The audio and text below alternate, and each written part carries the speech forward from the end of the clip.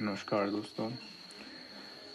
जैसा कि 25 अगस्त को स्केलर का पेपर हुआ, अभी तक ऑफिशियल आंसर की आयोग ने रिलीज़ नहीं किया, तो हमने अपनी तरफ से कोशिश की कि हम सभी आंसर्स को ढूंढ के लाएं और आपके लिए प्रेजेंट करें। और देखो, आप लोग मैच कर सकते हैं इनसे, ट्रस्ट कर सकते हैं इन आंसर्स पे, और फिर अभी कुछ दिनों में ऑफिशियल आंसर की तो आ ही जाएगी। तो हम देखते हैं। और जो डाउट वाले क्वेश्चन हैं, मतलब आप ये लगाओ कि 100 में से 95-96 क्वेश्चंस करीब करीब एग्जैक्ट सही होंगे, मतलब फाइनल की से। और जो कुछ रहेंगे वो मैं आपको बता दूंगा कि वो डाउट में है, ठीक है। और जो ये येलो हाइलाइटर्स हैं हमने हाईलाइट किए हैं वो सही आंसर है, ठीक। तो हम देखते हैं। पहला हमारा जनरल साइंस का पोर्शन है और पहला क्वेश्चन है, इसका आंसर ए हो गया। दूसरा क्वेश्चन है, इसका आंसर बी हो गया। तीसरा क्वेश्चन है बी, सिमलीपाल है, काली पट्टियों वाले बाग यहाँ पे मिलते हैं और ये हमारा ओडिशा में, ठीक। फोर्थ क्वेश्चन का हमारा आंसर है बी। फिफ्थ का है डी। और क्वेश्चन 6 थोड़ा ख़ास हो जाता है क्योंकि यहाँ पे कोई भी हमारे पास करेक्ट आंसर दिया ही नहीं था। करेक्ट आंसर ये इसका 2134 ऐसा कोड तो हमें दिख नहीं रहा। हम बेसिकली ऐसे है, तो जिसने अगर कहीं यहाँ से चेक किया होगा तो ये टिक करके आ गया है, किसी ने यहाँ से देखा है तो ये टिक करके आ गया, ठीक। तो ये या तो ये डिलीट होना चाहिए, या देखते हैं आयोग इस पे कौन सा आंसर देता है। नेक्स्ट क्वेश्चन है हमारा 7th का डी, 8th का ए, 9 का सी, 10th का डी, 11th का डी, 12th का बी, 13 का सी, 14 का सी, 15 का बी, 16 का सी, 17 का है हमारा डी, और 18 का हमारा सी आंसर हो जाता है। 19 का है हमारा डी ऑप्शन, 20 का है हमारा ए, 21 का बी है। इस क्वेश्चन में देखिए, क्वेश्चन नंबर 21 में जहाँ पे शो पर डिटर्जेंट की बात हुई है, राइट। तो यहाँ पे बोला गया कि sodium salt of sulphonic acid, right. और 10th की जो NCERT है साइंस की, वहाँ पे चैप्टर 4 में सेक्शन 4.5 अगर आप उठाओगे तो यहाँ पे क्या लिखा है, डिटर्जेंट आर जनरली अमोनियम और sulphonate salts of long chain carboxylic acid. मतलब अमोनियम या फिर सल्फोनेट सॉल्ट हैं ये, जो कि कार्बोक्सिलिक एसिड को लेके घूमते हैं, राइट। या फिर कार्बोक्सिलिक एसिड के लॉन्ग चेन्स हैं। तो यहाँ पे ये सोडियम सॉल्ट की बात कर रहा है और ये अमोनियम या सल्फोनेट सॉल्ट्स हैं, तो इसलिए आंसर गलत हो जाना चाहिए। और हमारे दोनों स्टेटमेंट्स, हमारे पहला और दूसरा, ये सही है। और तो इस तरह से बी हमारा करेक्ट ऑप्शन है। और देखते हैं आयोग इस क्वेश्चन में कौन सा आंसर सही देता है। और 22 का ए ऑप्शन हो जाता है, 23 का सी ऑप्शन करेक्ट है, 24 का ए ऑप्शन करेक्ट है। हालांकि इस क्वेश्चन में कुछ बोल रहे हैं कि ये करेक्ट है, किसी के अकॉर्डिंग ये करेक्ट है, और हमने कैलकुलेट किया ये करेक्ट आ रहा है, तो इसका भी डाउटफुल है, ठीक। आप लोग इसको भी थोड़ा मतलब नोटिस करना कि जब करेक्ट आंसर की आती है तो इस पे कौन सा ऑप्शन आयोग दे रहा है, राइट। 25 का ए हो जाता है, 26 का बी है। यहाँ पे स्टेटमेंट तो सही है दोनों, लेकिन आर ए को एक्सप्लेन नहीं कर रहा है, ये चीज़ है ना, तो इसका बी ऑप्शन सही हो जाता है। 27 का हमारा डी हो जाता है। यहाँ पे एसेंथ का फॉर्मूला लगाओ तो डिस्टेंस मिल जाएगी 5वें सेकंड में, राइट, जो कि 45 आ रही है, ठीक। क्योंकि ये रेस्ट से शुरू कर रहा है, ठीक है। और 28 की अगर हम बात करें, बी ऑप्शन करेक्ट है इसका। 29 का बी करेक्ट है। और आप देखोगे ना कि काफ़ी क्वेश्चन पेपर में आउट ऑफ सिलेबस आए हैं, राइट। ये तो कन्फर्म है आउट ऑफ सिलेबस आए हैं, जैसे कि यही है, यह कहीं पे नहीं है हमारा, ये है एटम का है ये, लेकिन हायर लेवल का क्वेश्चन है। और जो सिलेबस में था उससे तो ये हमारा नहीं बनता है, राइट। और ये जो क्वेश्चन है हमारा, आर्किमिडीज प्रिंसिपल बस बताया गया है कि जो भी इसका कंसेप्ट है, राइट।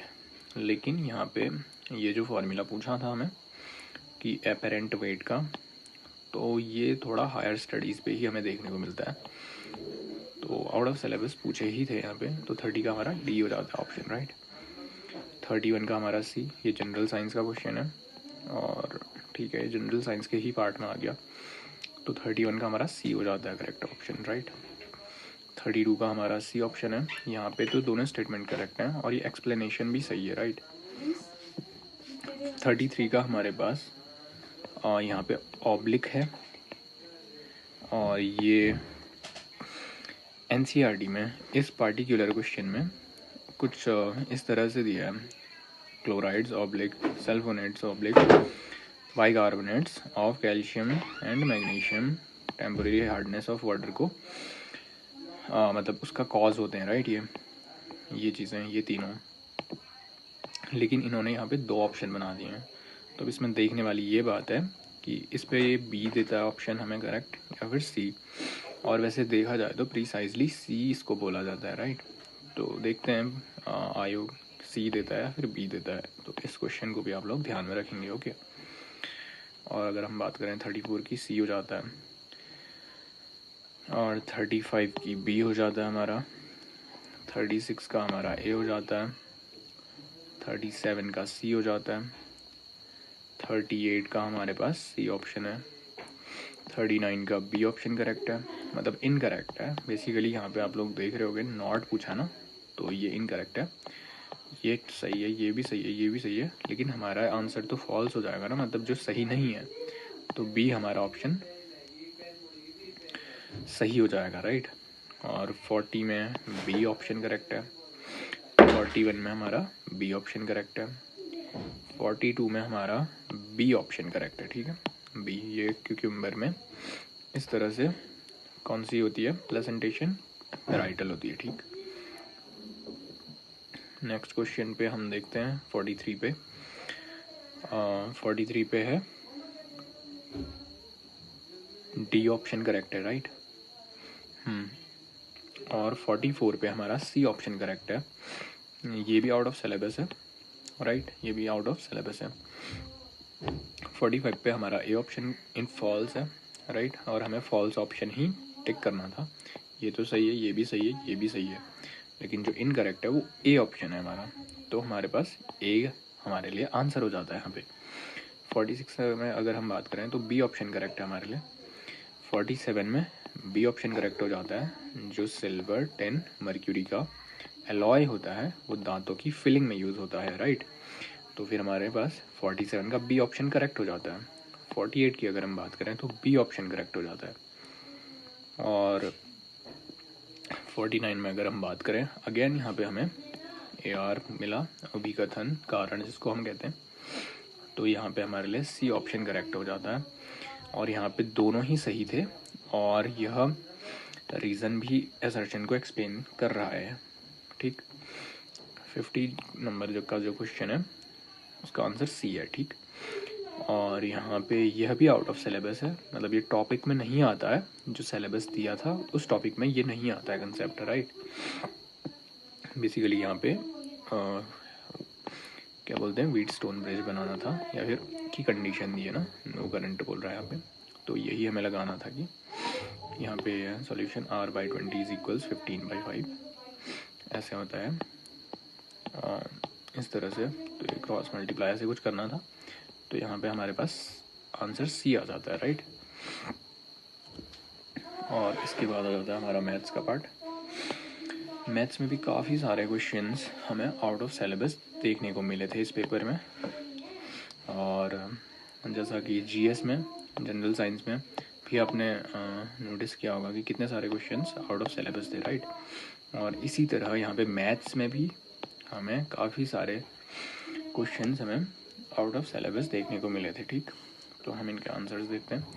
51 का ए ऑप्शन करेक्ट है, 52 का सी ऑप्शन करेक्ट है, 53 का सी ऑप्शन करेक्ट है, 54 बी करेक्ट है, 55 बी करेक्ट है, 56 डी जो कि नॉट ट्रू पूछा है। बेसिकली ये तीनों ट्रू हैं, लेकिन ये मैच नहीं करता है, मतलब इनमें से कोई सा भी गलत नहीं है, तो हमारा ऑप्शन डी हो जाता है।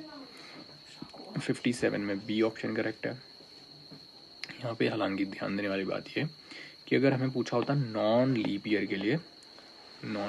के लिए तो वहाँ पे हमारे पास आंसर हो जाना था ए, राइट। लेकिन यहाँ पे पूछा है लीप ईयर के लिए, मतलब तो यहाँ पे हमारे पास प्रोबेबिलिटी जो बन जा रही है वो 2/7 की बन रही है, जो कि बी है, ठीक। और 58 की अगर हम बात करें तो डी ऑप्शन करेक्ट है। काफ़ी बच्चे इस क्वेश्चन में ये सोचने लगे कि शायद उनके पेपर में मिस प्रिंट हो गया है कुछ, क्योंकि यहाँ पे ऐसा कुछ तो दिख नहीं रहा है ना। लेकिन ये हायर क्लासेस में इनसे रिप्रेजेंट किया जाता है ना, ऐसे नेचुरल नंबर्स को हो गया, या फिर ये रिप्रेजेंटेशन का तरीका है कि इतने से ही आपको चीज़ें समझ आ जाती हैं, इसका क्या मतलब है। लेकिन उसे समझ आएंगी जो इस चीज़ को पढ़ रहा है, राइट। लेकिन जो सिलेबस था वो उसके अंदर तो ये चीज़ बताई नहीं गई थी, तो बच्चे ये चीज़ देख के परेशान तो हुए थे, ये आउट ऑफ सिलेबस था, राइट। तो 58 का डी ऑप्शन करेक्ट है, 59 का बी ऑप्शन करेक्ट है, 60 का हमारा सी ऑप्शन करेक्ट हो जाता है, 61 का हमारा डी ऑप्शन करेक्ट हो जाता है, 62 का हमारा सी ऑप्शन करेक्ट था, और 63 का हमारा बी ऑप्शन करेक्ट है, राइट। 64 का हमारा बी ऑप्शन करेक्ट है, 65 का बी ऑप्शन करेक्ट है, 66 का बी ऑप्शन करेक्ट है, 67 का बी ऑप्शन करेक्ट है, 68 का हमारा सी ऑप्शन करेक्ट है, 69 का डी ऑप्शन करेक्ट है, और 70 का हमारा ए ऑप्शन करेक्ट है, 71 का सी ऑप्शन करेक्ट है, 72 का हमारा ए ऑप्शन करेक्ट है, और 73 में हमारा सी ऑप्शन करेक्ट है, 74 में सी ऑप्शन करेक्ट है, 75 में डी ऑप्शन करेक्ट है। बेसिकली ट्रू पूछा है, तो ये सारे ही गलत थे, राइट। और ये हमारा करेक्ट ऑप्शन हो जाता है।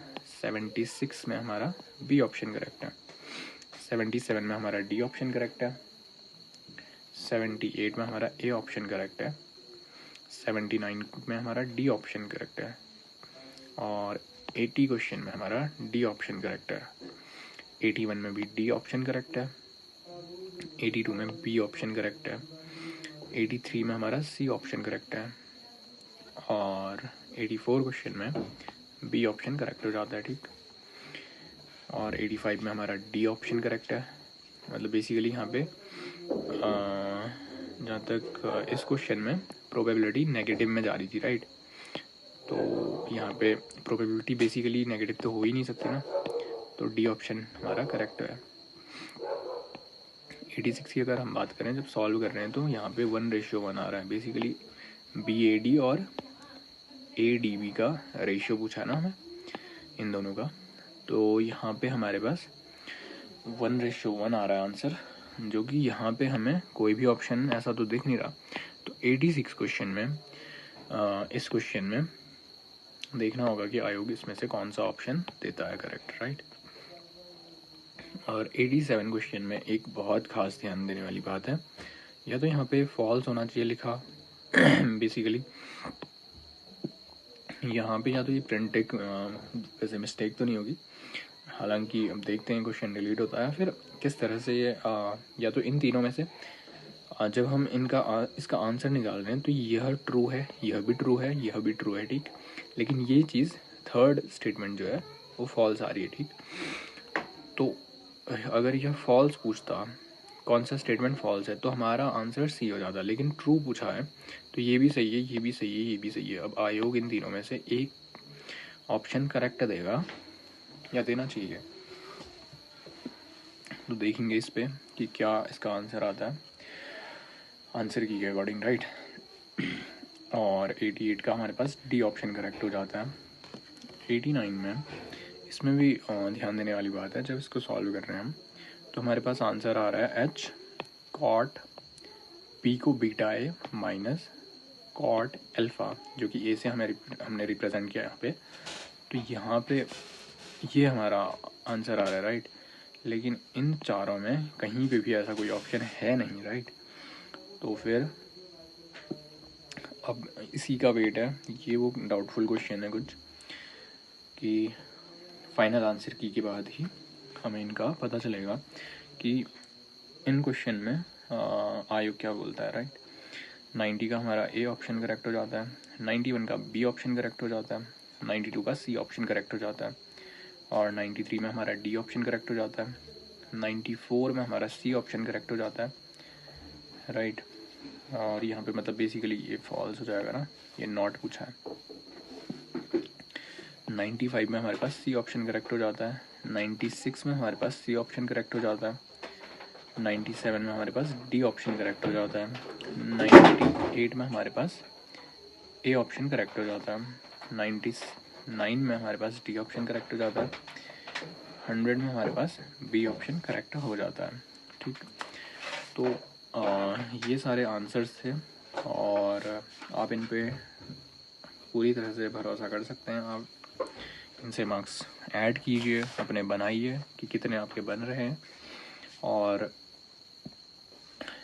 इस आंसर की के अकॉर्डिंग जो यहाँ पे बनाई गई है, इस आंसर की के अकॉर्डिंग और जो फाइनल अभी आंसर की निकालेगा आयोग, उसमें अगर कोई डिफरेंस आएगा आपका तो 1 से लेके 2 नंबर का ज़्यादा से ज़्यादा 2.5 ऐसा ही डिफरेंस देखने को मिलेगा, इससे ज़्यादा बिल्कुल नहीं।